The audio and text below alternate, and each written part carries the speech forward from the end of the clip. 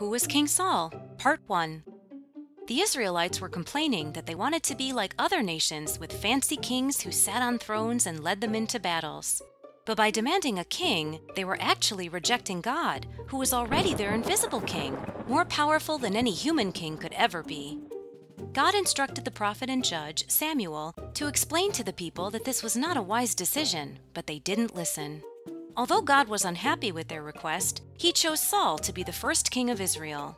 Saul started out little in his own eyes, meaning he had the proper humble spirit we should strive for.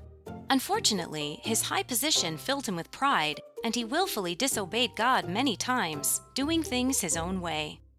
Obedience is loyally following God's wishes and instructions rather than our own. For example, Samuel was going to meet Saul and offer a sacrifice for Israel to ensure God would be with them in battle. But when Samuel didn't come at the agreed-upon time, Saul offered the sacrifice himself.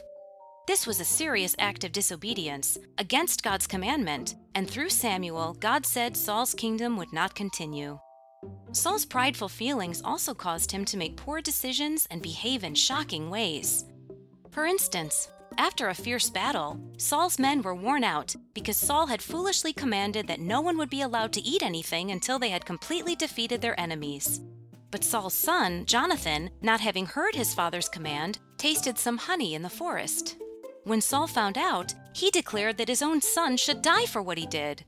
Thankfully, the people saw Saul's decree as ridiculous, so Jonathan was saved from death. Instead of admitting he was wrong, Saul at first stubbornly refused to back down, even if it meant killing his own son. It takes more courage to admit our mistakes rather than clinging to statements that can hurt others. James says, God opposes the proud, but gives grace to the humble. So, who was King Saul? Israel's first king, who started out humble, then did things his own way instead of God's way.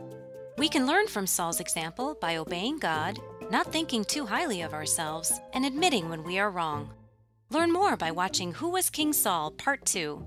Submit your questions to ChristianQuestions.com, and thank you for liking and subscribing.